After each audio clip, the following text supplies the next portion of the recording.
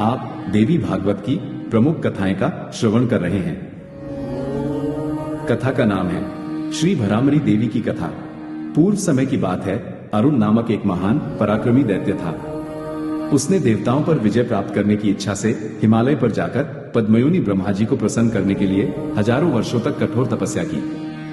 ब्रह्मा जी ने उसकी तपस्या से प्रसन्न होकर भगवती गायत्री के साथ उसे दर्शन दिया और इच्छानुसार वर मांगने के लिए कहा। अरुण ने कभी न मरने का वर मांगा। अरुण की बात सुनकर ब्रह्मा जी ने उसे समझाते हुए कहा, संसार में जन्म लेने वाला निश्चय ही मृत्यु को प्राप्त होता है। जब मेरी भी आयु निर्धारित है, फिर मैं तुम्हें न मरने का वर कैसे दे सकता हूं? अतः तुम कोई दूसरा वर मांगो जो मैं तुम्हें दे सकूं।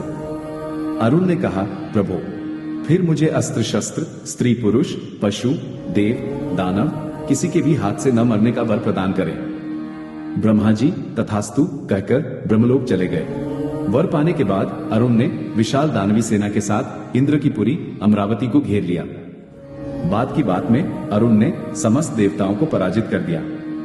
उसने तपस्या के प्रभाव से अनेक रूप बना लिए और सूर्य, चंद्रमा, यम, वायु तथा अग्नि के अधिकारों को पृथक पृथक अपने हाथों में लेकर वह स्वयं सबका शासन करने लगा। अपने अपने स्थान से च्युत होकर देवता दीन अवस्था में भगवान शंकर की शरण में गए, किंतु ब्रह्मा के वरदान के आगे वे भी कुछ करने में असमर्थ हो गए। उसी समय आकाशवाणी हुई, देवताओं, तुम लोग भगवती की उपासना करो और किसी भी उपाय से अरुण दैत्य को गायत्री जप से विरत करने की चेष्टा करो।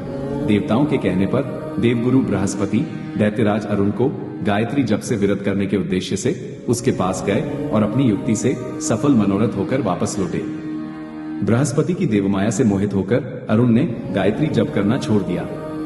इधर देवताओं की उपासना से प्रसन्न होकर भगवती ने उन्हें भरामरी देवी के रूप में दर्शन दिया। उस समय उनके कमनीय विग्रह से करोड़ों सूर्यों के समान प्रकाश फैल रहा था। उनके सभी अंग दिव्य अलंकारों से अलंकृत थे। उनकी मुट्ठी अद्भुत भ्रमरों से भरी थी।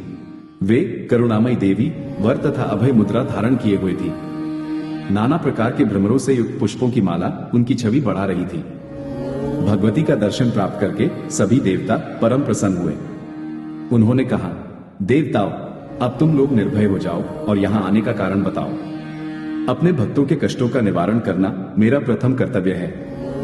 ब्रह्मादि देवताओं ने उनकी नाना प्रकार से स्तुति की।